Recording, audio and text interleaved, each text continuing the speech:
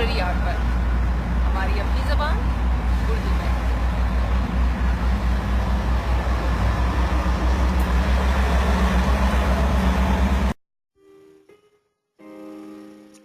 دی starry night مشہور Dutch post impressionist painter Vincent van Gogh کی دیگر کئی مشہور پینٹنگ میں سے ایک ہے. اس میں ایک رات کا منظر ہے، تاہم وین گو اسے پینٹ دن کی روشنی میں اپنی یادداشت کی بنیاد پر کرتا تھا. یہ سنٹ ریمی کے سائیکیٹرک اسپتال کے ایک کمرے کی کھڑکی سے باہر نظر آنے والا منظر تھا، جہاں 1888 میں وین گو نے اپنی ذہنی بیماری کے علاج کے لیے وقت گزارا. گو کہ وین گو کی ذہنی بیماری کی وجوہات تو اس کی زندگی کی ناکامیوں اور مزاج کی پیچیدہ صورتحال سے تعلق رکھتی ہیں، لیکن تب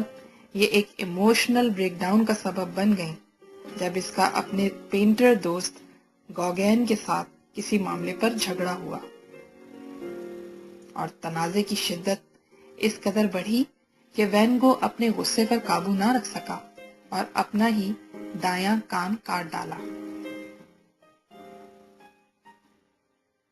اس حادثے سے وین گو شدید ڈپریشن کا شکار ہو گیا اور کافی عرصے صدمے سے دوچار رہا، اور پھر دوران علاج اسی اسپتال کی ایک وارڈ میں اس نے کئی شاہکار تخلیق کیے، جن میں سے ایک یہ پینٹنگ ہے.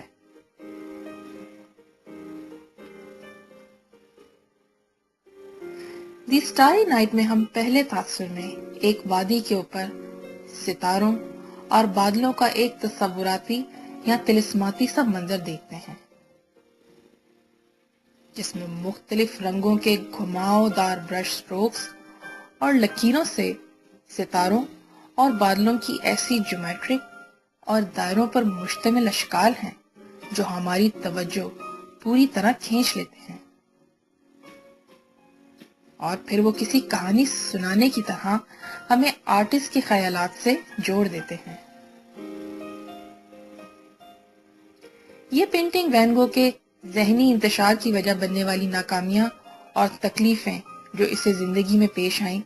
کی اس طرح عکاسی کرتی ہے کہ ہم انہیں محسوس کر سکتے ہیں،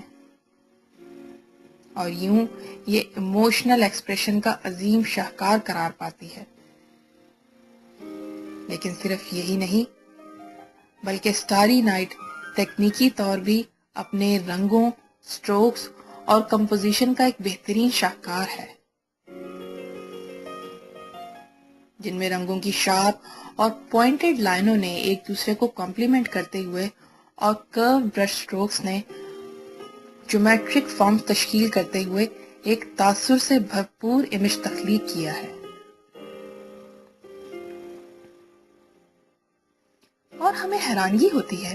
کہ وین گو نے اس دوران اپنی ذہنی حالت ابتر ہونے کے باوجود انہیں نہ صرف کہ اپنی آرٹسٹک کوالٹی پر اثر انداز نہیں ہونے دیا، بلکہ انہیں منفرد تخلیقی صلاحیتوں کی شکل میں ظاہر کیا، جسے ہم اسٹاری نائٹ کی صورت دیکھ رہے ہیں.